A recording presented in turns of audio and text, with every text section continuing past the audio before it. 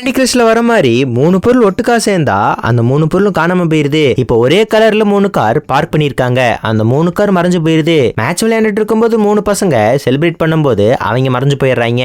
3 பொண்ணுங்க புதுசா வாட்ச் வாங்கியிருக்காளுங்க. அதை எடுத்து ஸ்னாப் போடலான்னு பார்த்தா அந்த வாட்ச் காணாம போயிருது. இந்த மாதிரி இந்த ஊர்ல நடந்துகிட்டு இருக்கு.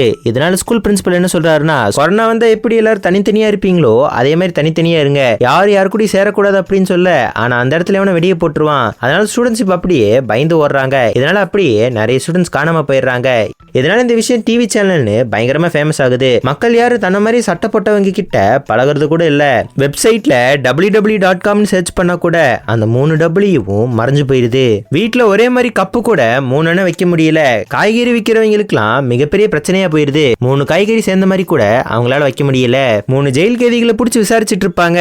அவங்க 3 பேரும் ஒட்டுக்கா உட்காந்து பேச அவங்களே இப்ப காணாம போயிட்டாங்க. ஒரிஜினல் லைஃப்ல இந்த மாதிரி நடந்துச்சுன்னா எப்படி இருக்குன்னு மறக்காம கமெண்ட் பாக்ஸ்ல கமெண்ட் பண்ணிட்டு போங்க.